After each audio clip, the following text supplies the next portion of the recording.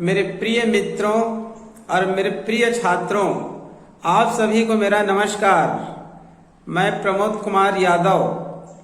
ठीक है, आप सभी मेरे को पहले से ही पहचानते हैं। ठीक है, मैं एकलव्य आदर्श आवासीय विद्यालय छोटे मुड़पार, विकास खंड खरसिया, जिला रायगढ़, छत्तीसगढ़ में पीजीटी बायोलॉजी अर्थात पोस्ट ग्रेजुएट टीचर बायोलॉजी के रूप में पदस्थ हूं और मैं इस विद्यालय में 2011 से पदस्थ हूं और मेरे को इस विद्यालय में पढ़ाते हुए लगभग 10 वर्ष पूर्ण हो चुका है। आज मैं आप लोगों को अपना विद्यालय अर्थात एकलव्य आदर्श आवासीय विद्यालय के बारे में आप लोगों को मैं कुछ बताना चाहता हूं। भारत में एकलव्य आदर्श आवासीय विद्यालय की स्थापना भारतीय संविधान के अनुच्छेद 275(1) के तहत की गई है। भारतीय संविधान के अनुच्छेद 275(1) के तहत इसकी स्थापना की गई है। एकलव्य आदर्श आवासीय विद्यालय की स्थापना वैसे तो कहने की 1998 से शुरुआत होती है, लेकिन अपने छत्तीसगढ़ में एकलव्य आदर्श आवासीय विद्यालय की स्थापना लगभग 2005 से शुरू हुई है। ठीक है, एकलव्य आदर्श आवासीय योजना भारत सरकार की कहना चाहिए एक बहुत ही महत्वपूर्ण योजना है, जिसे नवोदय विद्यालय की तर्ज पर जनजाति छात्रों के लिए इसे खोला गया है। वर्तमान में EMRS अर्थात एकलव्य आदर्श आवासीय विद्यालय की संख्या पूरी भारत में लगभग 750 के आसपास है। ठीक है जी, उसमें अपने छत्तीसगढ़ में वर्तमान स्थिति में EMRS की संख्या लगभग 75 के आसपास है। इससे और अधिक झारखंड और मध्य प्रदेश में है। उड़ीसा और गुजरात में भी अधिक संख्या में EMRS की स्थापना की गई है, अर्थात पूरे देश में इनकी संख्या लगभग अभी 750 के आसपास है, या फिर 750 के आसपास इसकी स्थापना की जा रही है। इसकी स्थापना भारत के उन ब्लॉकों में की जा रही है जिनकी आधी जनसंख्या लगभग अर्थात 50% जनसंख्या ट्राइबल होना चाहिए, जनजाति का होना चाहिए। मान लो कहना चाहिए कोई भी ब्लॉक है, चाहे भारत का कोई भी ब्लॉक, कोई भी स्टेट का कोई भी ब्लॉक, यदि वहां की आधी जनसंख्या ट्राइबल है तो वहां पर EMRS की स्थापना की जाएगी। और यदि मान लो कहना चाहिए उस ब्लॉक में आधी जनसंख्या ट्राइबल नहीं है, लेकिन उस ब्लॉक में कहना चाहिए यदि 20,000 जनसंख्या है, छात्र नहीं जनजाति संख्या, किसी ब्लॉक में आधी जनसंख्या ट्राइबल नहीं है, लेकिन उस ब्लॉक में कहना चाहिए यदि जनजाति पॉपुलेशन 20,000 है तो वहां भी कहना चाहिए एक EMRS की स्थापना की जाएगी और इसे लगभग कहना चाहिए 2022 तक पूर्ण कर ली जाएगी। क्लियर? इसी तारतम्य में कहना चाहिए छत्तीसगढ़ में इनकी संख्या लगभग 75 हो गई है। ठीक है, और EMRS की स्थापना NVS अर्थात नवोदय विद्यालय समिति के तर्ज पर की जा रही है। अर्थात इसमें भी कहना चाहिए नवोदय विद्यालय के छात्रों को जितना सुविधा मिलता है उतना भी सुविधा EMRS में भी बच्चों को दिया जा रहा है। अर्थात इस विद्यालय में कहना चाहिए 6वीं में एडमिशन के लिए एक एंट्रेंस एग्जाम होता है। जिस प्रकार से कहना चाहिए नवोदय विद्यालय में बच्चों को कहना चाहिए एडमिशन के लिए एक एंट्रेंस एग्जाम दिलाना पड़ता है, उसी प्रकार से कहना चाहिए EMRS के कहना चाहिए 6वीं क्लास में एडमिशन के लिए ट्राइबल बच्चों को कहना चाहिए पहले एक फॉर्म भरना पड़ता है, उसके बाद कहना चाहिए एक एंट्रेंस एग्जाम दिलाना पड़ता है। एंट्रेंस एग्जाम दिलाने के बाद कहना चाहिए एक मेरिट सूची बनती है और मेरिट सूची में कहना चाहिए छात्रों का क्या होता है, चयन होता है। इसके बाद कहना चाहिए जो भी स्टूडेंट EMRS में आते हैं उनको नवोदय विद्यालय के तर्ज में कहना चाहिए बच्चों को सुविधा दी जाती है।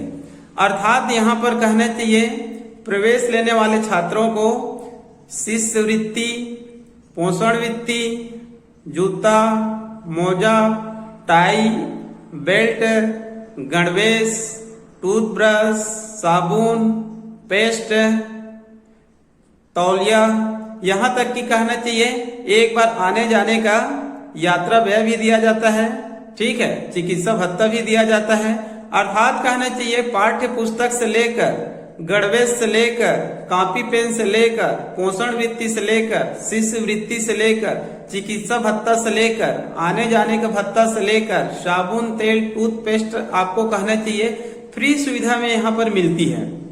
अर्थात यदि कोई स्टूडेंट 6वीं में एक बार एडमिशन हुआ तो कहना चाहिए उसको 12वीं तक किसी भी प्रकार का कोई भी फीस उससे नहीं लिया जाता है। टोटल कहना चाहिए नवोदय विद्यालय की तर्ज पर इस विद्यालय की स्थापना की गई है। क्लियर? इस विद्यालय में कहना चाहिए जो सेटअप है वो नवोदय विद्यालय के तर्ज में ही की गई है। EMRS में कहना चाहिए सेटअप देखेंगे तो लगभग कहना चाहिए 52 की सेटअप है। अर्थात प्रत्येक विद्यालय में 52 की संख्या में कर्मचारी से लेकर अधिकारी तक होते हैं। ठीक है, इसमें भी कहना चाहिए जो प्राचार्य होते हैं उनका भी कहना चाहिए ग्रेड वेतन नवोदय विद्यालय केंद्रीय विद्यालय की तर्ज पर 7600 ग्रेड पे दी गई है। और जो वाइस प्रिंसिपल होती है, उप प्राचार्य होती है, उनकी ग्रेड वेतन 5400 ग्रेड पे है। और जो PGT होती है पोस्ट ग्रेजुएट टीचर, उनकी ग्रेड वेतन 4800 ग्रेड पे है। और जो TGT होते हैं उनका कहना चाहिए 4600 ग्रेड पे होते हैं। अर्थात इनमें जो कर्मचारी रहेंगे, इनमें जो अधिकारी रहेंगे, उनका भी वेतनमान कहना चाहिए नवोदय विद्यालय और केंद्रीय विद्यालय के समकक्ष दिया गया है। वर्तमान समय में कहना चाहिए छत्तीसगढ़ सहित पूरे भारत में टीचरों की भर्ती के लिए, शिक्षकी कार्य के लिए, टीचरों की भर्ती के लिए प्रिंसिपल, वाइस प्रिंसिपल, PGT और TGT की कहना चाहिए भर्ती की जा रही है। इसके लिए फॉर्म कहना चाहिए पहले ही मंगाए जा चुके हैं। और इसकी एंट्रेंस एग्जाम अर्थात इनमें कहना चाहिए नियुक्ति के लिए इनका कंपटीशन एग्जाम सीधे NTA द्वारा लिया जा रहा है, नेशनल टेस्टिंग एजेंसी द्वारा लिया जा रहा है। और ये वही नेशनल टेस्टिंग एजेंसी है जो भारत सरकार की कहना चाहिए अधिकांश जो बड़े बड़े एग्जाम है उनको क्या करता है, ये संपन्न करता है। अर्थात ये नीट, जी जैसे एग्जामों को भी कहना चाहिए संपन्न कराता है। अर्थात भारत की जो सबसे बड़ी कहना चाहिए परीक्षा एजेंसी है उनको इनकी जिम्मेदारी दी गई है। क्लियर? परीक्षा कहने चाहिए अभी कोरोना के कारण थोड़ा सा पोस्टपोन हुआ है, लेकिन उम्मीद की जा रही है सितंबर, अक्टूबर, नवंबर में कभी भी परीक्षा हो सकती है। तो यदि कहना चाहिए जो ट्राइबल बच्चे हैं जो 4वीं में हैं, 5वीं में हैं, यदि आप कहना चाहिए उच्च शिक्षा लेना चाहते हैं, एकलव्य आदर्श आवासीय विद्यालय में यदि आप अध्ययन करना चाहते हैं तो आप कहना चाहिए जो 5वीं में है वो एक बार कहना चाहिए एंट्रेंस एग्जाम जरूर दिलाएं और एकलव्य आदर्श आवासीय विद्यालय में आप अपना एडमिशन लें। और 6वीं से 12वीं तक कहना चाहिए फ्री और गुणवत्ता युक्त शिक्षा प्राप्त करें। इस विद्यालय में केवल कहना चाहिए 12वीं पास कराना उद्देश्य नहीं होता है। इस विद्यालय में कहना चाहिए विभिन्न प्रकार के जो कंपटीशन एग्जाम होते रहते हैं उनका कहना चाहिए फॉर्म भी भराया जाता है और तैयारी भी कराई जाती है।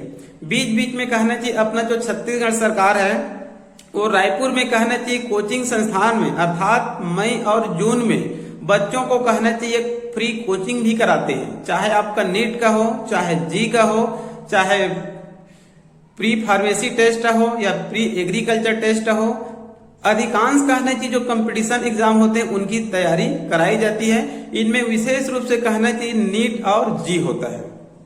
ठीक है जी, आप नीट एग्जाम दिलाएंगे तो आगे चलकर कहना चाहिए MBBS में कहना चाहिए आपका एडमिशन होगा। यदि आप कहना चाहिए जी एग्जाम दिलाते हैं और इसमें कहना चाहिए आप एडवांस को क्लियर कर लेते हैं तो आपको कहना चाहिए IIT या फिर NIT में आपका कहना चाहिए एडमिशन होगा। यहाँ के जो पूर्व छात्र हैं वो कहना चाहिए अधिकांश 90+ के साथ पास हुए हैं। लगभग कहना चाहिए यहाँ से 10-12 बैच निकल चुका हुआ है 12वीं का। ठीक है, उनमें से अधिकांश बच्चे कहना चाहिए अच्छे अच्छे पदों पर गए हैं। अधिकांश स्टूडेंट कहना चाहिए शासकीय पदों पर चयनित होकर अपनी सेवाएं दे रहे हैं। और मैं उन मित्रों से कहना चाहता हूं जो कहना चाहिए PG BEd कर लिए हैं या फिर कहना चाहिए आप PG BEd के साथ में यदि कहना चाहिए सी टेट आप कहना चाहिए क्लियर है, चाहे स्टेट टेट आप क्लियर कर लिए हैं, तो आप कहना चाहिए नवोदय विद्यालय की तरह ही EMRS में कहना चाहिए समय समय पर टीचरों की भर्ती के लिए वैकेंसी निकाला जाएगा, और गैर शिक्षकी पद है उनके लिए भी समय समय पर वैकेंसी आती रहती है। अतः आप कहना चाहिए PG BEd और C टेट है, तो आप कहना चाहिए इसमें फॉर्म जरूर भरेंगे और आप आकर कहना चाहिए यहाँ पर अच्छी शिक्षा दे सकते हैं। ठीक है, ये कहना चाहिए जनजाति छात्रों के लिए है। अपने आप में कहना चाहिए गर्व की बात होती है कि आप भारत में कहना चाहिए ऐसे बच्चों को शिक्षा देंगे जो कहना चाहिए रिमोट एरिया से होते हैं, दूरस्थ एरिया से होते हैं, ट्राइबल स्टूडेंट से होते हैं। इन बच्चों को कहना चाहिए शिक्षा देना एक कड़ी चुनौती होती है। ठीक है जी, तो कहना चाहिए आप इस सुविधा का लाभ उठाइए। यदि आप स्टूडेंट से हैं 4वीं 5वीं का, तो आप कहना चाहिए एंट्रेंस एग्जाम दिलाइए और 6वीं में आप एडमिशन लीजिए। यदि आप कहना चाहिए, यदि आप एक योग्यताधारी कहना चाहिए स्टूडेंट से हैं, PG BEd C टेट है, तो आप कहना चाहिए यदि शिक्षक बनना चाहते हैं तो आप इस विद्यालय के कहने की वैकेंसी को देखते रहिए और आप यहाँ आकर अपनी अच्छी सेवाएं दे सकते हैं। ठीक है जी, तो आज के लिए केवल इतना ही। ओके।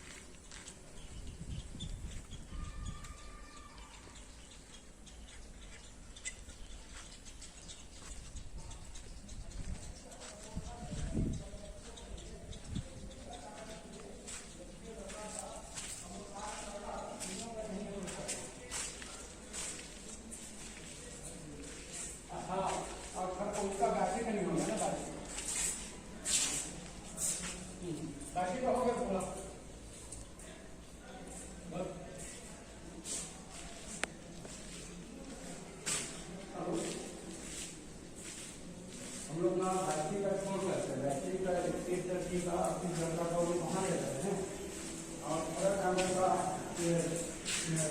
7 लड़के को निकल ही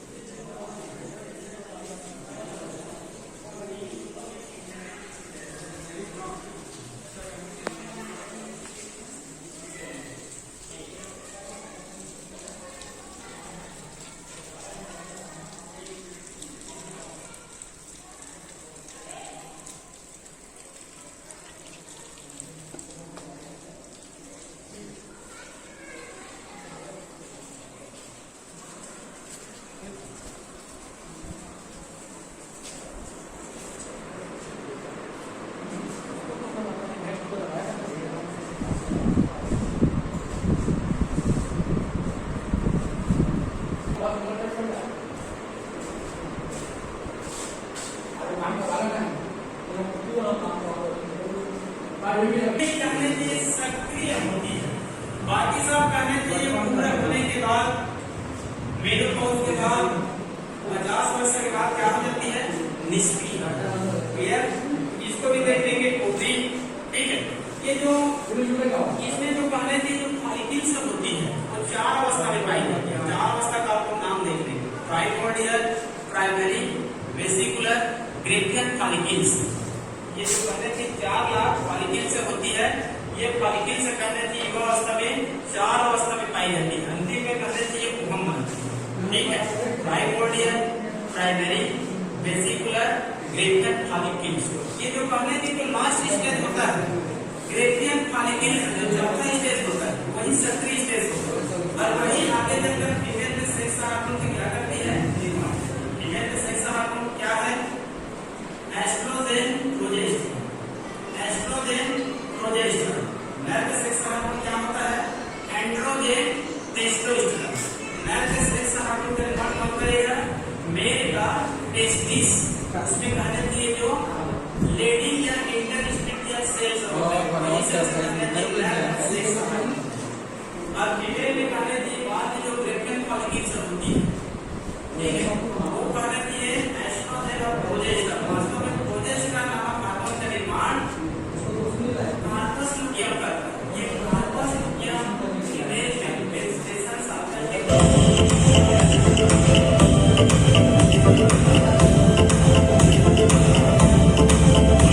रोड से अंदर घुस के और मेरे को शेर देखने को मिलेगा।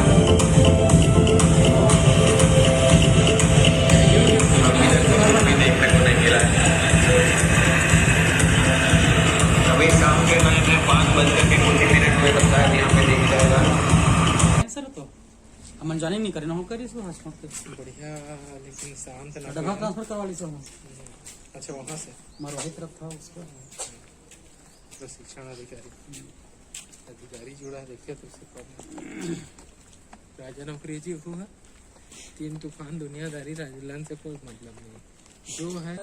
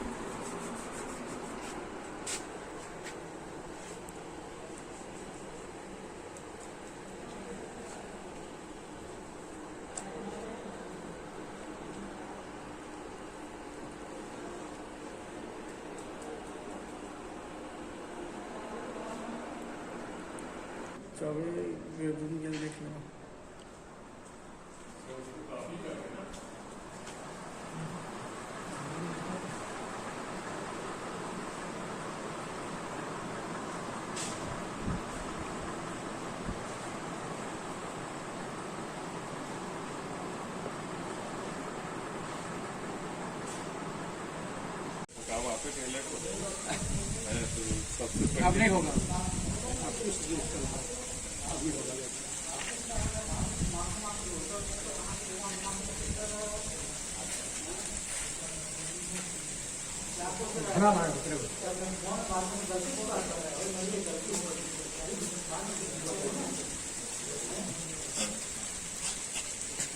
जैसे करा ऐसे करना चाहिए। एक बार ऐसे हुआ ना।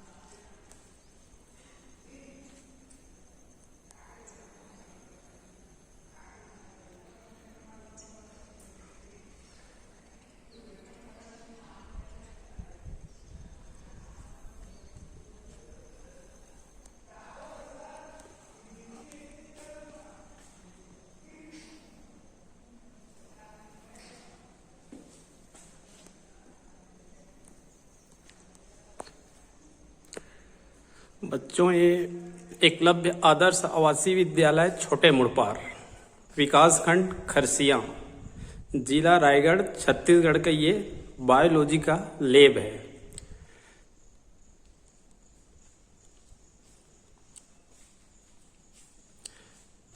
ये स्केलेटल सिस्टम है, मानव का कंकाल तंत्र।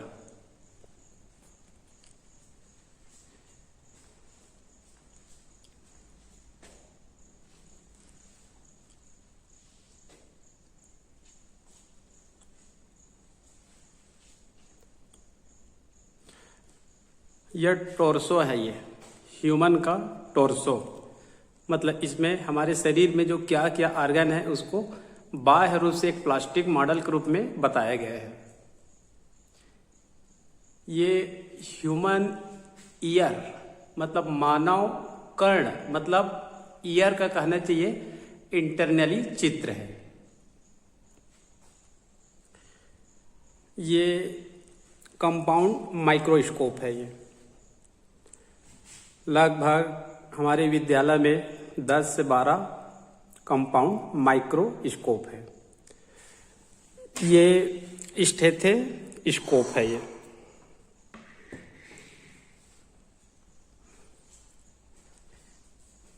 ये सब प्लास्टिक का बना हुआ फाइबर मॉडल है, जो कि कहना चाहिए हमारे शरीर का है।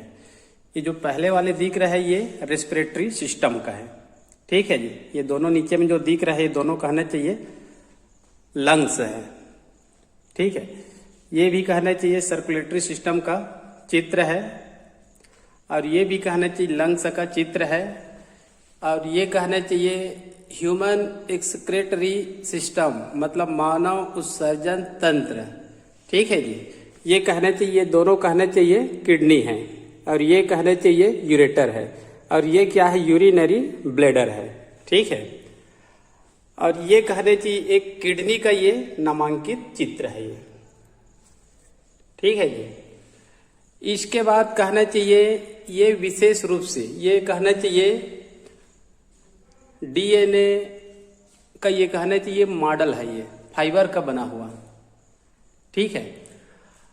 और ये कहना चाहिए ह्यूमन ब्रेन मतलब मानव मस्तिष्क का ये नामांकित चित्र है। क्लियर? यहां पर ये है लुई पाश्चर, प्रसिद्ध साइंटिस्ट है लुई पाश्चर। इन्होंने ही कहना चाहिए रेबीज नामक जो वैक्सीन है, जो रेबीज कहना चाहिए एक कुत्ते के काटने से होता है, उसका कहने चाहिए उन्होंने वैक्सीन का खोज किया था। ये सब कहने चाहिए ह्यूमन टोर्सो है, प्लास्टिक का बना हुआ मॉडल है, जिसमें आप इनकी सहायता से कहना चाहिए मानव ऑर्गन को जान सकते हैं। क्लियर? ये प्रसिद्ध वैज्ञानिक है मेंडल, ठीक है जी। मेंडल को हम लोग कहना चाहिए फादर ऑफ जेनेटिक्स कहते हैं। जो आनुवंशिकी है ये इसी का ही देन है। इसका संपूर्ण प्रयोग या फिर अधिकांश प्रयोग कहना चाहिए मटर के पौधे पर आधारित था। क्लियर? ये कहना चाहिए स्ट्रक्चर ऑफ नोज मतलब हमारे जो नोज होती है उसका कहना चाहिए ये नामांकित चित्र है।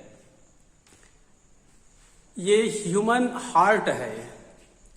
क्या है ये? ह्यूमन हार्ट, ठीक है जी। इनकी सहायता से आप हार्ट के बारे में अध्ययन कर सकते हैं। आप सबको पता होगा हमारे हार्ट में 4 चैम्बर होती है, ठीक है। राइट साइड में कहना चाहिए अशुद्ध रक्त बहती है और लेफ्ट साइड में शुद्ध रक्त बहती है। ये भी एक प्रसिद्ध वैज्ञानिक है। इनको कहते हैं Alexander Fleming, sir Alexander Fleming. यही कहना चाहिए पहला साइंटिस्ट है जिन्होंने कहना चाहिए पेनिसिलिन नामक एंटीबायोटिक्स का निर्माण किया था 1928 में, ठीक है जी। विश्व का पहला एंटीबायोटिक पेनिसिलियम माना जाता है, जो कि कहना चाहिए पेनिसिलिन नोटेटम नामक एक कवक से प्राप्त हुआ था, ठीक है। उसके बाद अगला एंटीबायोटिक 1942-44 के बीच में मिला था, जिसको वैक्समैन नामक साइंटिस्ट ने खोज किया था। यह भी कहना चाहिए मानव हेड एंड नेक मतलब सिर और गर्दन का ये नामांकित चित्र है। क्लियर? आगे देख सकते हैं ह्यूमन आई मतलब नेत्र का नामांकित चित्र है। ये सब हमारे विद्यालय का कहने चाहिए स्पेसिमेन है। क्या है? स्पेसिमेन। ठीक है, जैसे कि स्पेसिमेन को यहाँ पर देख सकते हैं। ये कहने चाहिए स्टार फिश है, और ये कहना चाहिए केचुआ है, और ये कहना चाहिए यूनियो मतलब सीपी है। ठीक है जी, ये सब अपने विद्यालय का स्पेसिमेन है।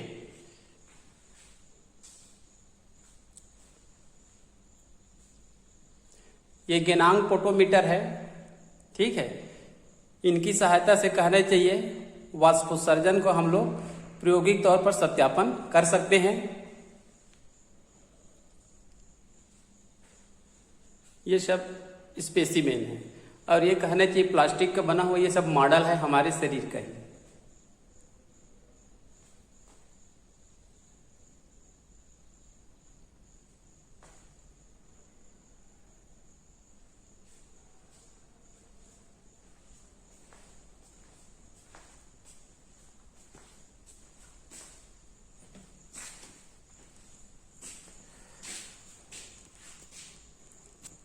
ये बायोलॉजी कक्ष प्रभारी का रूम है। ये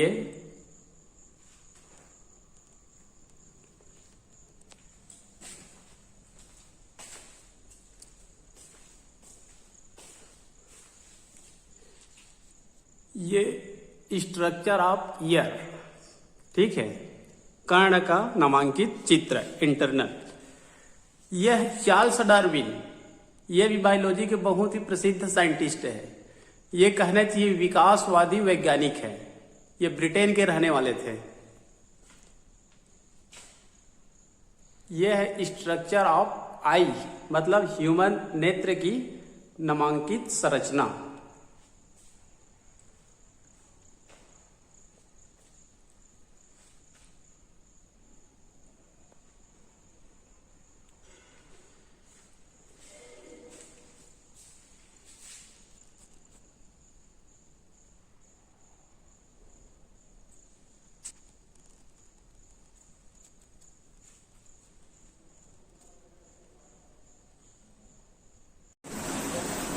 ये हमारे एकलव्य विद्यालय का मॉड्यूल किचन है।